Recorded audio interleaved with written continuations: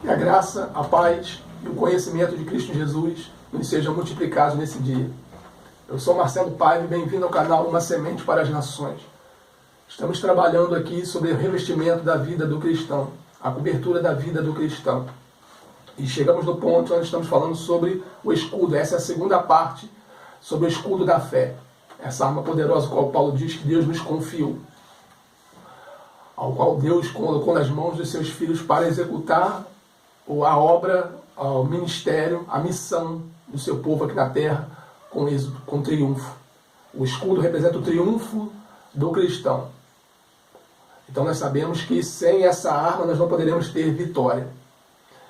Todas as outras peças da armadura são peças de defesa, mas o escudo ele vai cobrir toda a armadura de Deus, toda a armadura, toda a arma do cristão. Paulo fala, sobretudo, tomai o escudo. Por quê? Porque não adianta você andar na justiça se você não tiver fé para andar na justiça. Você acreditar, ter ciência da justiça, mas não ter fé na justiça. Conhecer a verdade, mas não ter fé para praticar a verdade. Conhecer o Evangelho, mas não ter fé para anunciar o Evangelho. Então nós estamos falando aqui sobre a cobertura do cristão.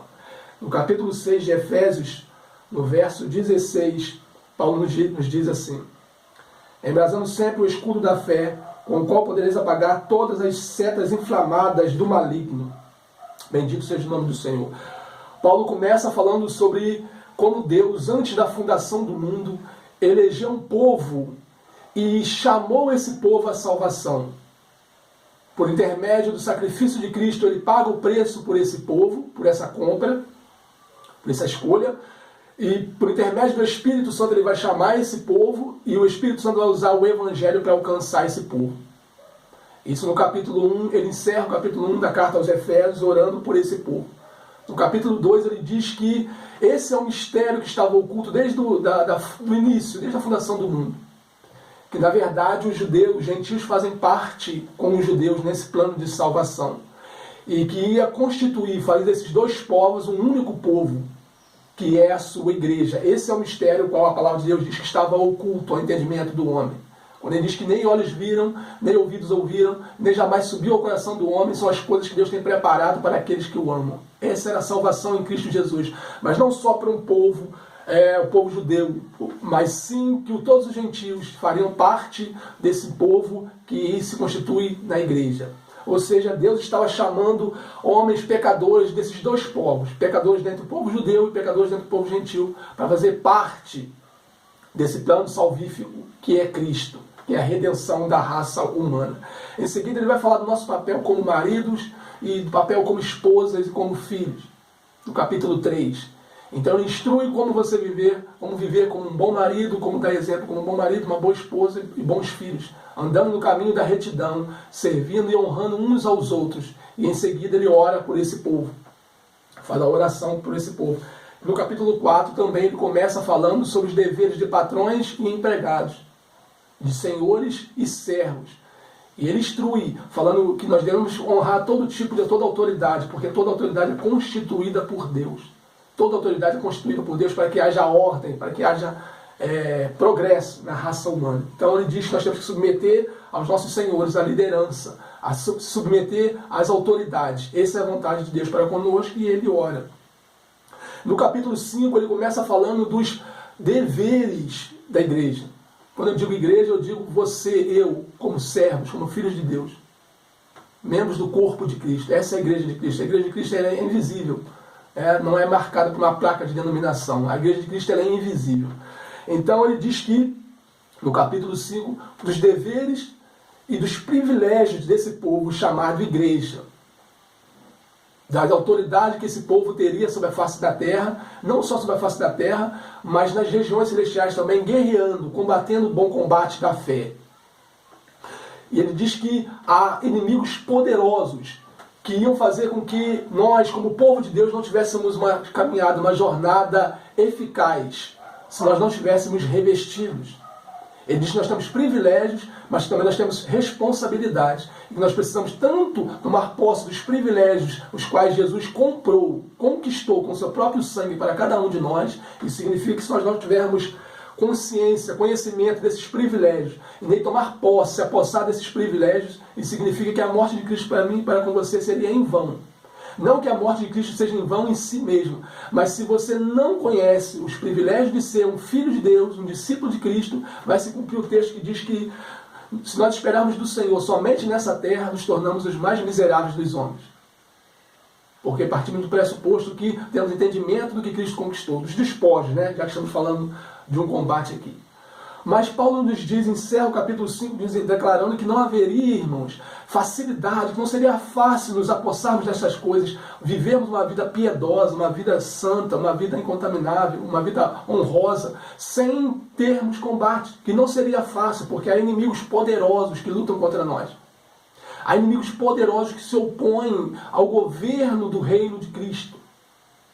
Que há inimigos poderosos nas regiões celestiais, os quais precisamos estar fortemente revestidos para o bom combate, senão não vamos suportar. São inimigos poderosos, são inimigos invisíveis. E a nossa luta, como ele termina o capítulo 5 declarando que não é contra carne nem sangue, ou seja, são contra seres espirituais, seres invisíveis. Que nós só vamos perceber a sua ação se nós estivermos revestidos, tivermos consciência dos seus ataques. Paulo diz que, ele declarando a igreja, na carta de Efésios, ele diz que os ataques de Satanás, ou a forma de Satanás agir, não era oculta ao seu entendimento. Paulo diz que ele entendia, ele conseguia perceber os ataques do inimigo, porque Paulo estava revestido. Então nós estamos falando sobre o escudo da fé. E, por consequência, o escudo da fé vai nos proteger de ataques que Paulo aplicou como flechas. Ou seja, que seriam ataques ligeiros da parte do nosso inimigo, dos nossos inimigos. Seriam ataques ligeiros, muito rápidos. Seriam ataques inesperados, amados. Por isso que a palavra diz que estamos vigilantes e sóbrios, para que nós não venhamos ser pego de surpresa. Porque o apóstolo Pedro diz que o inimigo anda ao nosso derredor, bradando como leão, buscando a quem possa tragar. Isso fala de estar vigilante. Né? Pedro ali ele declara que essa é a realidade espiritual. O inimigo anda ao nosso derredor, buscando a quem possa tragar, buscando quem venha se distrair, adormecer, né? Cochilar na caminhada cristã. E Paulo fala, não, vocês precisam se revestir do escudo da fé, ou seja, aplicando, né? Você precisa ter a fé como um bloqueio, a fé como uma defesa, como uma barreira. Satanás precisa enxergar vocês por intermédio da fé, ou seja, ele precisa contemplar vocês como homens e mulheres que estão revestidos com a fé, que se apossaram da fé. Essa palavra se apossar significa tomar posse, pegar para si, tomar como verdade para si, viver baseado nessa verdade. O justo viverá da fé. E Pedro também diz que o justo viverá pela fé do Filho de Deus. Paulo, fala que o justo vive da fé do Filho de Deus, ou seja, da fé do Filho de Deus, não no Filho de Deus, do Filho de Deus, ou seja, viver como Jesus viveu. Jesus é o nosso modelo, Jesus é o nosso exemplo maior. Viver na fé do Filho de Deus e no Filho de Deus também. Mas do Filho de Deus fala de você andar como ele andou, você se posicionar como ele se posicionou contra os ataques malignos. Então nós vamos aprender como eu faço para me apossar dessa armadura, dessa arma, que é o escudo da fé. Paulo nos diz aqui, nos orienta na segunda carta a Timóteo, orientando a Timóteo. É muito lindo quando eu leio a carta de Timóteo, eu fico impressionado que quando Paulo está encerrando a sua orientação, as suas instruções ao seu sucessor chamado Timóteo, e ao ensinar toda a doutrina bíblica, toda a filosofia da raça, da vida cristã, ele vai dizer assim, que Timóteo, tudo que eu te ensinei, não confie a qualquer um. Toda a instrução, Timóteo, que eu te passei, todos os segredos espirituais que eu te ensinei, Timóteo, não confia a qualquer um. Não pregue, não ensine, Timóteo, a combater o bom combate a qualquer um. Ele diz que você deve ensinar, Timóteo, a homens zelosos, a homens piedosos, a homens tementes. E quando fala homem, ele não é no sentido de sexo, ou homem ou mulher, é no sentido de raça humana. Confia a pessoas zelosas, Timóteo, porque o evangelho é como pérola. E não se lança pérola aos porcos, porque os porcos vão preferir sempre ervilhas. Então tudo que eu te ensinei, confia a homens zelosos, a homens piedosos, a homens tementes, a homens que creem no senhorio de Cristo e vivem debaixo dessa realidade. Então ele diz assim, no fim da sua vida, faltando alguns dias para a sua vida, a sua morte, ele diz assim, combati o bom combate e completei a carreira e perseverei na fé. Paulo diz que a nossa caminhada, que ele combateu o bom combate da fé, ele completou a carreira, ou seja, ele conseguiu cumprir a missão para a qual ele foi enviado nessa terra. E ele conseguiu cumprir a sua missão combatendo o bom combate, ou seja, lutando, guerreando nas regiões celestiais, para que o seu ministério fosse exercido, irmãos. Para que a sua vida não fosse, como ele mesmo diz, para que o sacrifício de Cristo para com ele não fosse em vão. Ele diz que antes ele trabalhou muito mais do que todos os outros discípulos e apóstolos. O sacrifício de Cristo para com ele não foi em vão. É muito lindo isso, porque a cultura diz que todos aqueles discípulos, aqueles 12 apóstolos, né, ou 120 apóstolos, discípulos que acompanhavam Jesus, mas aquela multidão que foi conquistada por intermédio da pregação de Pedro, em Atos, capítulo 2, mas aquela outra multidão que foi salva também pela pregação de Pedro, fora as outras multidões, as outras pessoas que foram também salvas pela pregação dos discípulos. Paulo diz que antes ele trabalhou muito mais do que todos eles juntos. E diz a cultura que Paulo conquistou, pregou, anunciou o evangelho a 95% do mundo antigo. Bendito seja o nome do Senhor. Ou seja, Paulo sozinho pregou a 95% do mundo. E toda essa massa, todos esses discípulos pregaram apenas para 5%. Isso é fantástico. E ele diz que isso só foi possível, o seu ministério só foi um ministério eficaz, frutífero, porque ele combateu o bom combate, continuou, perseverou a sua carreira, perseverou no seu chamado, no seu ministério, para o qual Jesus o chamou, e perseverou na fé. Ele diz que isso só foi possível porque ele guardou a fé, ele perseverou na fé. Quando as situações se levantaram contra a vida de Paulo, ele continuava crendo naquilo que a palavra diz. Isso é tremendo, sabe por quê? Porque há 7 níveis de revelação na palavra de Deus. Mas 2 níveis, eu vou te falar de 2 níveis que existem na palavra de Deus. O primeiro nível é o nível literal. É o nível que está escrito. E isso todos aqueles que conseguem ler a palavra vão entender. É um nível literal. Mas há também um nível que é passado de geração em geração, que é o nível verbal. É aquele nível que é passado de boca em boca. Né? De boca em boca também. Esse é o nível verbal. É o mesmo nível que Paulo instrui a Timóteo aqui. É o mesmo nível, Paulo, que nós chamamos de segredos espirituais, o qual você não está escrito em linhas, escrito em preto, em tinta de cor preta, sim, em tinta de sangue, né? Cor vermelha, em sangue. Bendito seja o nome do Eterno. Então, Marcelo, como eu faço para combater essas flechas? E que tipo de flechas são essas, Marcelo? Essas flechas são acusações. São acusações contra você. São desânimo. São flechas. Tudo isso é ataque. Se você está passando por isso que eu estou falando nesse momento, você está passando por acusações. Quando eu falo de acusações, eu falo de coisas que você é justo, irmão. Você ali está certo, está sendo acusado injustamente. Isso são acusações.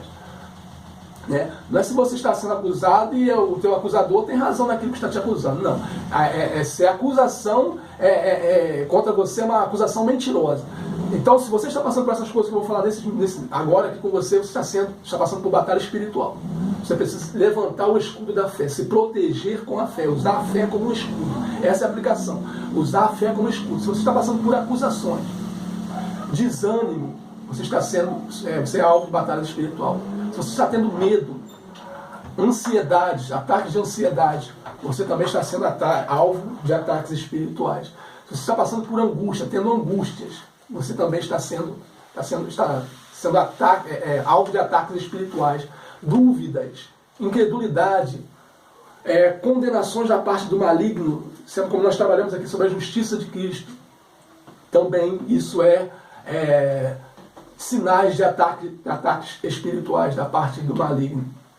Você está tendo também acusações, medo, insegurança, solidão, depressão e incredulidade. São ataques satânicos contra a sua vida. Então o que eu vou fazer, Marcelo? O que eu tenho que fazer? Primeiro, se apossar do escudo. Se apossar dessa arma. Como me aposto dessa arma? Primeiro, crendo no senhorio de Cristo. Crendo que Jesus é o Filho de Deus. crendo que Jesus é o Filho de Deus, crendo que Ele é o Senhor do universo e Senhor da sua vida.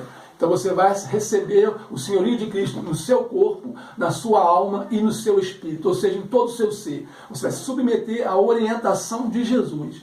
Você vai andar após Jesus, não na frente de Jesus. Você vai crer e confiar que Jesus agora vai conduzir a sua vida. Como um bom pastor, vai conduzir a sua vida a pastos verdejantes.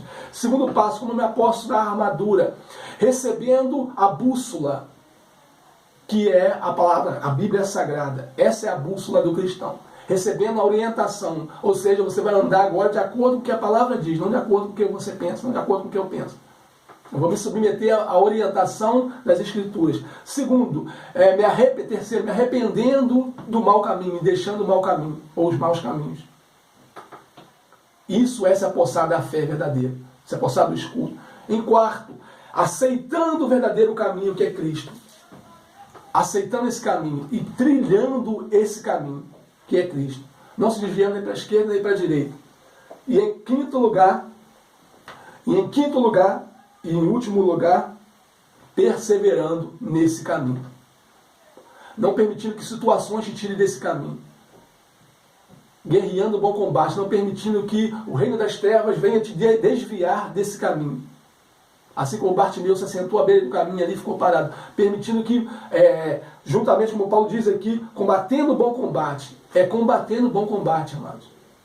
É guerreando, é jejuando, orando. É orando em todo o tempo para se apossar dessa arma. É meditando nas Escrituras o tempo todo, porque a fé vem pelo ouvir as Escrituras, vem pelo ouvir a palavra de Deus. Nós só podemos ter fé, só podemos ter esse escudo crendo no que a palavra diz e nos apossando dela. E perseverar nesse caminho, que é Cristo. Perseverar nessa jornada. Fazendo isso, eu vou criar uma barreira ao meu redor. Fazendo assim, eu não serei alvo fácil dos ataques de Satanás. Fazendo assim, eu serei um soldado revestido, um soldado guardado, um soldado bem armado. Em nome de Jesus, eu peço que essa instrução que foi compartilhada com você aqui não fique apenas no seu entendimento, mas que desça para e seja escrito na tábua do seu coração. Que você venha se apossar do que foi dito aqui. Em nome de Jesus. Eu peço a você também que você esteja se inscrevendo no canal Marcelo Paiva, uma semente para as nações. Deixe o seu like lá também. E compartilhe esse vídeo. Compartilhe em WhatsApp, em Facebook, compartilhe esse vídeo. Nós estamos numa guerra, como foi dito aqui no começo. Estamos numa batalha espiritual. Ele ruge como um leão buscando a quem possa tragar. Todo aquele que está desavisado será tragado por Satanás.